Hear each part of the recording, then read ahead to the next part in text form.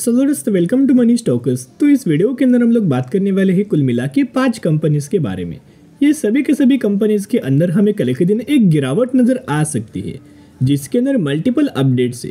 तो चलिए एक एक करके कंपनीज के बारे में हम लोग कवर अप कर लेते हैं। कंपनी क्या है, बिजनेस क्या है और क्यों हमें इनके अंदर गिरावट होने वाली है। तो चलिए एक एक करके कंपनीज के बारे में बात कर लेते हैं। सबसे पहले कंपनी है जिसका नाम है टीटागरा रेल सिस्टम। तो टीटागरा रेल सिस्टम की अगर दोस्तों बात की जाए तो ऑलमोस्ट हमें कंपनी के अंदर 4.5% तक की गिरावट हमें नजर आ रहा था। यानी कि जब फ्राइडे के दिन मार्केट दोस्तों क्लोज हुआ, वैसे कंपनी के अंदर 4.5% तक की गिरावट के अंदर ये कंपनी क्लोज हुआ था एंड 1040 रुपये के आसपास हमें क्लोजिंग नजर आ रही है, जिसके अंदर हमें बड़ी दोस्तों गिरावट हुआ। तो ये गिरावट दोस्तों क्यों हुआ, आप सभी को पता होगा। टीटागरा रेल सिस्टम की अगर बात की जाए तो रिसेंटली स्टॉक मार्केट के अंदर कंपनी आया है जून 2023 के अंदर, यानी कि इस कंपनी को एक साल भी पूरा नहीं हुआ। ये कंपनी के द्वारा 122% तक का रिटर्न एक सालों में शेयर होल्डर्स को प्रोवाइड करके दिया हुआ है। यानी कि एक साल भी अभी कंपनी को नहीं हुआ, फिर भी कंपनी ने 122% तक का रिटर्न हमें प्रोवाइड किया है। बेसिकली ये कंपनी का बिजनेस क्या है ना, ये कंपनी क्या करता है, जो बोगीज है वो क्या करने वाला है, कन्वर्ट करने वाला है वंदे भारत ट्रेन के अंदर, राइट। यानी कि जो बोगीज होने वाला है वो कन्वर्ट करने वाला है वंदे भारत के अंदर। उसके साथ साथ ये कंपनी का जो बिजनेस है वो इंफ्रास्ट्रक्चर से जुड़ा हुआ है, कंस्ट्रक्शन सेगमेंट से जुड़ा हुआ है एंड रेलवे सेक्टर से ये कंपनी बिलोंग करता है, जिसके माध्यम से आपने देखा होगा कि जितने सारे कंपनीज रेलवे सेक्टर से जुड़ा हुआ है उन सारी कंपनीज के अंदर लगातार तेजी आ रहा था। आप देख सकते हो एक साल में कंपनी के द्वारा कितना ऑलमोस्ट 122% तक का रिटर्न दिया एंड जून 2023 के ही अंदर स्टॉक मार्केट के अंदर ये कंपनी आया हुआ था। अभी ये कंपनी के अंदर दोस्तों बेसिकली रिजल्ट भी परफॉर्म किया और इनका रिजल्ट अगर आप देखोगे तो इनका रिजल्ट दोस्तों बहुत अच्छा था और बहुत ज़्यादा पॉजिटिव था। आप देख सकते हो कंपनी के द्वारा ऑलमोस्ट हमें 955 करोड़ के आसपास अपना प्रॉफिट रेवेन्यू जनरेट किया गया था। जो क्वार्टर ऑन क्वार्टर बेसिस की पर देखोगे तो 935 करोड़ से बढ़ के 955 करोड़ हो चुका है। वही अगर आप ईयर बेसिस कन्वर्ट करेंगे तो 766 करोड़ से बढ़ के हो चुका है 755 करोड़। यानी कि ईयर बेसिस के ऊपर growth and quarter on quarter basis के ऊपर ग्रोथ रेवेन्यूज के अंदर नजर आ रहा है। उसके साथ साथ कंपनी का नेट प्रॉफिट भी देखोगे तो 71 करोड़ से बढ़ के हो चुका है 75 करोड़ और वही ईयर बेसिस के ऊपर देखोगे तो 33 करोड़ से बढ़ के हो चुका है 75 करोड़। यानी कि कंपनी का ईयर बेसिस के ऊपर भी and quarter on quarter basis के ऊपर भी प्रॉफिट्स के अंदर भी बड़ी ग्रोथ नजर आई है। सेम इनके अर्निंग पर शेयर के अंदर भी ग्रोथ आई है। लेकिन दोस्तों क्यों हम इनके अंदर करेक्शन आ सकता है, क्योंकि आप सभी को पता होगा जो बजट हमें एक्सपेक्ट मार्केट करके चल रहा था या फिर जो लोग एक्सपेक्ट करके चल रहे थे ऑलमोस्ट 2,80,000 करोड़ के आसपास या फिर 2,85,000 करोड़ के आसपास। लेकिन दोस्तों बजट का अमाउंट क्या था, ऑलमोस्ट 2,50,000 करोड़ के आसपास था। तो जिस वजह से थोड़ा बहुत हमें डिसअपॉइंट नजर आए हैं, राइट। यानी कि जो चाहिए था वो नहीं मिला। तो कहीं ना कहीं अगर आप देखोगे थोड़ा बहुत कमजोरी हमें रेलवे सेक्टर के अंदर नजर आ सकता है शॉर्ट टर्म के लिए।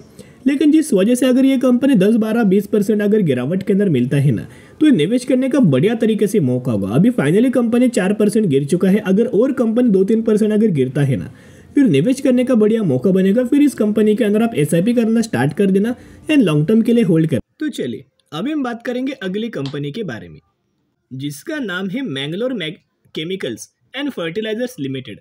तो Mangalore Chemicals and Fertilizers Limited की अगर बात की जाए तो ये कंपनी फर्टिलाइजर सेक्टर से बिलोंग करता है। नाम में ही कंपनी का बिजनेस है।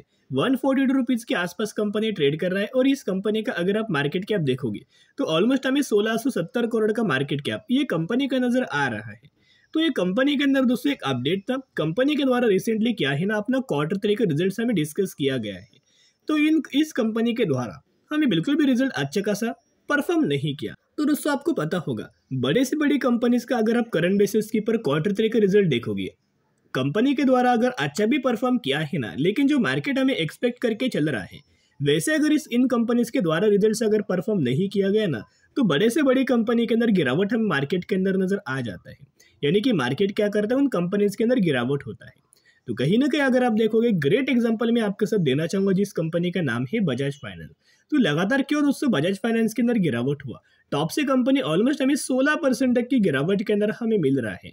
और रीजन सिर्फ एक रीजन की वजह से हमें रीजन नजर आ रहा था, इनका जो अर्निंग पर शेयर था ना, वो मार्केट के एक्सपेक्टेशंस को फुलफिल नहीं किया, उसको बीट नहीं किया, जिस वजह से 15 से 16% तक की गिरावट हमें बजाज फाइनेंस के अंदर अभी तक नजर आ रही है। और ये कंपनी का अगर आप Q3 का रिजल्ट देखोगे तो जहां कंपनी का रेवेन्यूज था ना, वो रेवेन्यूज के अंदर ऑलमोस्ट हमें 1410 करोड़ से घट के हो चुका है 650 करोड़, और 1170 करोड़ से भी घट के हो चुका है 650 करोड़। यानी कि ईयर नियर बेसिस के ऊपर भी and quarter on quarter basis के ऊपर भी बड़ी गिरावट हमें इनके रेवेन्यूज के अंदर आया है। मोर देन 50% तक का करेक्शन इनके रिजल्ट्स के अंदर आ रहा है। उसके साथ साथ इनका अगर आप नेट प्रॉफिट भी देखोगे तो 68 करोड़ से घट के हो चुका है 33 करोड़ एंड 76 करोड़ से घट के हो चुका है 33 करोड़। कहीं ना कहीं यहाँ भी आपको ईयर नियर बेसिस भी and quarter on quarter basis भी 50% तक की गिरावट इनके प्रॉफिट्स के अंदर भी नजर आई है। जितने सारे पैरामीटर्स हैं उन हर एक पैरामीटर्स के अंदर गिरावट ही नजर आ रही है, जिस वजह से ये कंपनी के ऊपर भी नजर रख के चल सकते हो। चलिए अब हम बात करेंगे अगली कंपनी के बारे में जो कि 533 रुपीज के आसपास ट्रेड कर रहा है। और ये कंपनी कोई छोटा नहीं है, जिसका मार्केट कैप 40,000 करोड़ का है। ये बड़ा कंपनी है जो कि एक लार्ज कैप कैटेगरी से बिलोंग करता है। तो दोस्तों हम लोग बात कर रहे हैं यूपीएल लिमिटेड के बारे में। यूपीएल लिमिटेड की अगर बात की तो ये कंपनी के द्वारा मैक्सिमम के अंदर तो आपको यह 44,000% तक का रिटर्न शेयर होल्डर्स को मिल चुका है, ऐसा आपको दिख रहा होगा। लेकिन एक्चुअली कंपनी के द्वारा टॉप से लेके बॉटम तक अगर आप कैलकुलेट करेंगे तो ऑलमोस्ट हमें 1,00,000% से भी ज्यादा का रिटर्न ये कंपनी के द्वारा हमें शेयर होल्डर्स को प्रोवाइड किया गया है। ये हुआ मैक्सिमम का रिटर्न। लेकिन पिछले 1 सालों का अगर आप रिटर्न देखोगे तो गिरावट नजर आया। पिछले 5 सालों का भी अगर आप रिटर्न प्रोफाइल देखोगे फिर भी गिरावट नजर आया।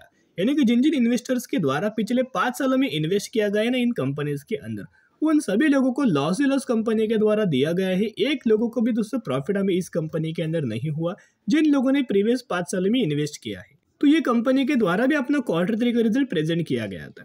ये बेसिकली कंपनी एग्रोकेमिकल सेक्टर से बिलोंग करता है। आपको पता है करंटली केमिकल सेक्टर का अब बिजनेस कैसे चल रहा है, राइट क्रैश के मोड पे नजर आ रहा है। और ये भी कंपनी जो एग्रोकेमिकल सेगमेंट से बिलोंग करता है ना, तो ये भी कंपनी का अगर आप एस्टिमेट देखोगे तो जितने सारे एस्टिमेट्स से सर हर एक एस्टिमेट से ना वो नेगेटिविटी के अंदर चल रहे हैं।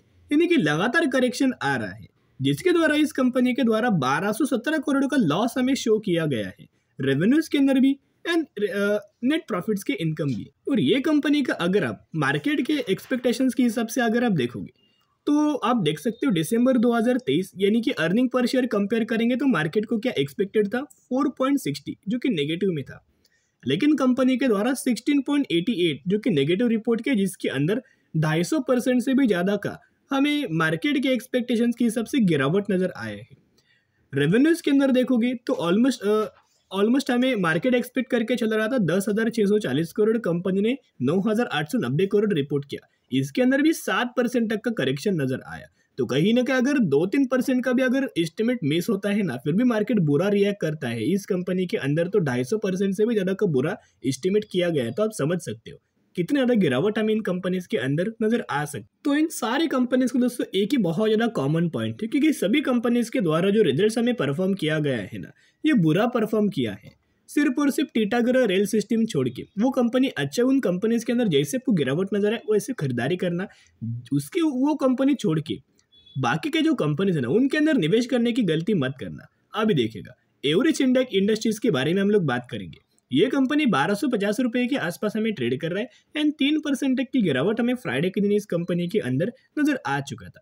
ये कंपनी का मार्केट का अगर आप नोट करेंगे तो 1970 करोड़ का इस कंपनी का मार्केट कैप है, यानी कि एक स्मॉल कैप कैटेगरी से ये कंपनी बिलोंग करता है। और ये कंपनी कोई बुरा नहीं है, जिसके द्वारा आप बॉटम से लेकर टॉप तक अगर आप कैलकुलेट करेंगे तो 20 सालों में कंपनी के द्वारा 2800% तक का रिटर्न शेयर होल्डर्स को बना के दे चुका है। लेकिन इनका अगर आप नेट प्रॉफिट देखोगे तो कहीं ना कहीं रेवेन्यूज की ओर तो थोड़ा बहुत हमें जो एक्सपेक्टेड था उतना अच्छा खासा तो प्रेजेंट किया है।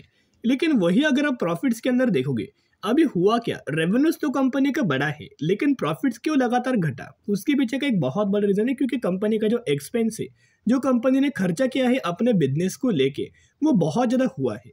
जिस वजह से कितना भी कंपनी का रेवेन्यूज बढ़े, अगर खर्चे ज्यादा किया है ना तो कंपनी का प्रॉफिट हमेशा घटेगा। तो यहाँ अगर आप एक ऑब्जर्वेशन करेंगे तो पिछले क्वार्टर में कंपनी ने 5.5 करोड़ का एक लॉस हमें शो किया था। इसके अंदर प्रॉफिट तो शो किया, लेकिन जो एक्सपेक्टेड था जितना शो करना था उतना तो शो नहीं किया। 0.81 करोड़ के आसपास हमें शो किया गया है।